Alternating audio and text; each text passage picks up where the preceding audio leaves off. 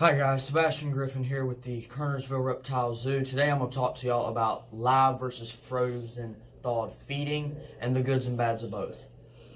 Live feeding in your lizards and your snakes, some of your more hunting lizards, live can keep their aggression level up a little bit more, but it keeps it a little bit more natural. Whereas with frozen thawed, it's already pre-killed, so it's a little bit safer for your lizard. But when you start freezing animals, then you kill out some of the natural enzymes in it, so it's not as healthy, but the frozen is safer for your animal. Live feeding, it could possibly eat your lizard or your snake if you left it in long enough and the rat got hungry.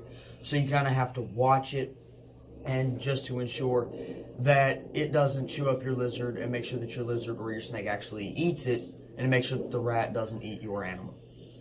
Whereas with frozen, you thaw it out, you want to make sure it's room temperature, you just have to make it move a little bit more, and then your snake or your lizard should eat it, and it will be safer for your lizard or your snake.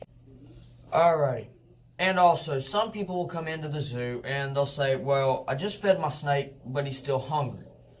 So we'll ask them what they're feeding him, and most of the time, or sometimes they'll say mice. One thing we tell people is we don't want you to feed mice as a staple diet, because mice are not nutritional. All they are is tendons and bones, which is why we prefer rats for some of your smaller snakes, because they're a little bit more fatty. Then if you get into your bigger lizards, water monitors, tree monitors, stuff like that, or you get your bigger snakes, Burmese pythons, reticulateds, anacondas, stuff like that, we go with already killed either rabbits or pigs or something like that. It's fatter, it's healthier, but if you were to feed them rats, you'd have to feed them 6-7 rats to make their meal worth the time. Whereas with one rabbit or one pig, it would last them 2 weeks, 3 weeks, maybe even a month if you fed it right.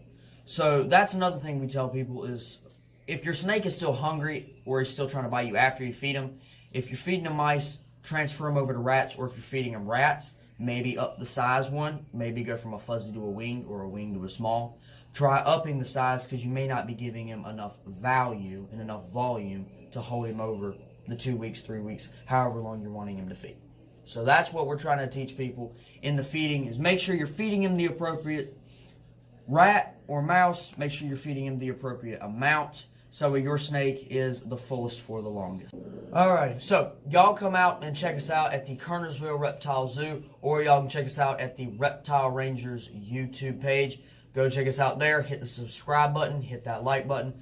We'll either see you next time on the next video, or we'll see you in the Kernersville Reptile Zoo. See y'all later.